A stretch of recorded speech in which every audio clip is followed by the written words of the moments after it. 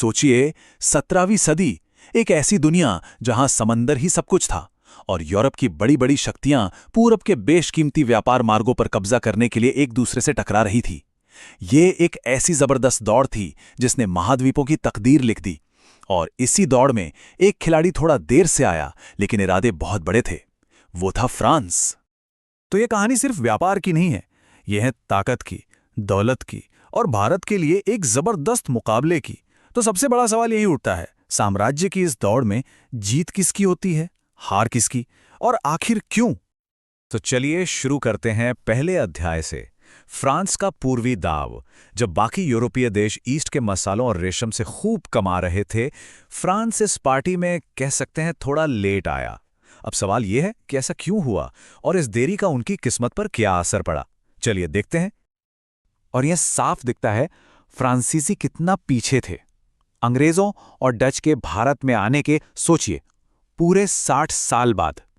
इस late entry ने उन्हें शुरू से ही एक मुश्किल हालात में लाके खड़ा कर दिया था। तो इस कंपनी का ऑफिशियल नाम था कंपनी des Indes ओरिएंटालिस, और ये कोई मामूली कंपनी नहीं थी। इसे सीधे किंग लुई 14वें के मंत्री कॉलबर्ट ने बनवाया था। मकसद साफ था, ईस्ट इंडीज में डच और इंग्लिश को टक्कर देना। ये कोई आम बिजनेस नहीं था, ये फ्रेंच स्टेट का ही एक एक्सटेंशन था। और ये कोई छोटा मोटा व्यापारिक लाइसेंस नहीं था। फ्रांसीसी राजा ने कंपनी को, सुनिए, 50 साल की मोनोपोली दी थी इंडियन और पैसिफिक ओशंस में। और तो और मेडागास्कर जैसा बड़ा आइलैंड भी दे दिया। इससे साफ है कि प्लान सिर्फ ट्रेड का नहीं था, प्लान था एक फ्रेंच एम्पायर बनाने का। अब आते हैं अगले पड़ाव पर, भारत में अपनी जगह बनाना। मेडागास्कर में उनका प्लान फेल हो गया तो फ्रांसीसियों ने अपना पूरा फोकस इंडिया पर डाल दिया। शुरुआत की उन्होंने ट्रेडिंग पोस्ट से, जिनको उस जमाने में फैक्ट्रीज कहते थे, और धीरे धीरे इन्हीं फैक्ट्रीज को मजबूत करना शुरू कर दिया। तो पहले उन्होंने सूरत में अपनी पहली फैक्ट्री खोली, फिर मसूलीपट्टनम में गोलकुंडा के सुल्तान से परमिशन ले ली। उसके बाद कलकत्ता के पास चंद्रनगर में कॉलोनी बसाई।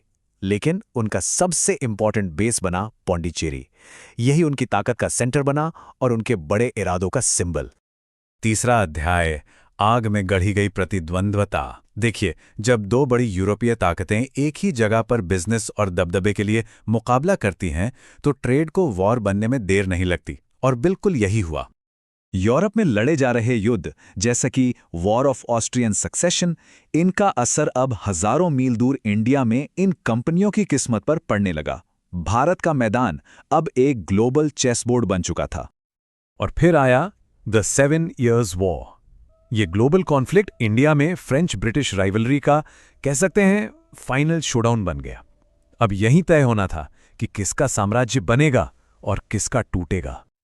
और यहीं दोनों कंपनियों के बीच का सबसे बड़ा फर्क सामने आता है। फ्रांसीसी कंपनी पूरी तरीके से सरकार पर निर्भर थी, उसकी किस्मत फ्रेंच क्राउन की स्थिरता से जुड़ी थी।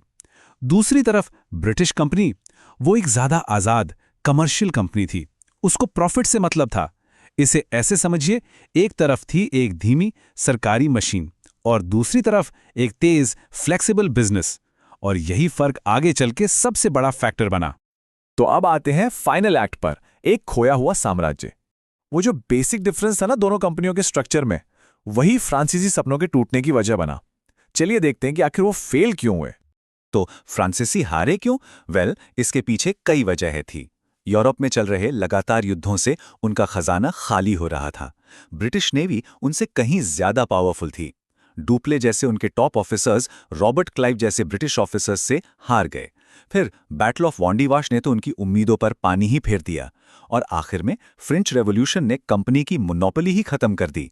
ये एक लड़ाई की हार नहीं थी, ये एक पूरे सिस्टम का फेलियर था। 1763, ये वो साल है जब ट्रीटी ऑफ पेरिस साइन हुई। हाँ, इस ट्रीटी से फ्रांसीसियों को उनके इलाके वापस तो मिल गए, लेकिन बस नाम के लिए। असली ताकत अब ब्रिटिश के हाथ में थी। गेम, कह सकते हैं, लगभग ओवर हो चुका था। और फिर आया साल 1794। इस साल उस फ्रेंच ईस्ट इंडिया कंपनी को, जिसके सपने कभी इतने बड़े थे, ऑफिशियली हमेशा के लिए बंद कर दिया गया। एक साम्राज्य का सपना बस सपना ही रह गया। लेकिन फ्रांसीसी और ब्रिटिश की इस बड़ी लड़ाई के बीच एक और प्लेयर भी था भारत में, डेनमार्क। उनकी कहानी, हाँ, काफी अलग थी। इसे एक छोटा सा पर इंटरेस्टिंग फुटनोट समझ सकते हैं। डेनिश ईस्ट इंडिया कंपनी 1616 में बनी थी। उनके मेन सेटलमेंट्स थे त्रांकेबार और सेरामपुर। लेकिन उनका फोकस, अजीब बात है, ट्रेड से ज्यादा मिशनरी काम पर था। इसलिए 1845 में उन्होंने अपनी सारी फैक्ट्रीज ब्रिटिश को बेच दी। वो कभी भी फ्रेंच या ब्रिटिश की तरह एक बड़ी ताकत नहीं बन पाए। नेपोलियनिक वॉर्स के टाइम उन्हें बहुत नुकसान हुआ। उनके पास रिसोर्सेज की हमेशा कमी रही, तो उनका बिजनेस इंडिया में कभी ठीक से चल ही नहीं पाया और आखिर में वो भी बढ़ते हुए ब्रिटिश एम्पायर का हिस्सा बन गए। तो सब कुछ देखने के बाद एक सवाल मन में आता है, अगर सिर्फ एक लड़ाई का नतीजा अलग होता तो क्या आज भारत और शायद पूरी दुनिया का नक्शा कुछ और होता? सोचने वाली बात है कि इतिहास कितनी आसानी से एक अलग मोड़ ले सकता था।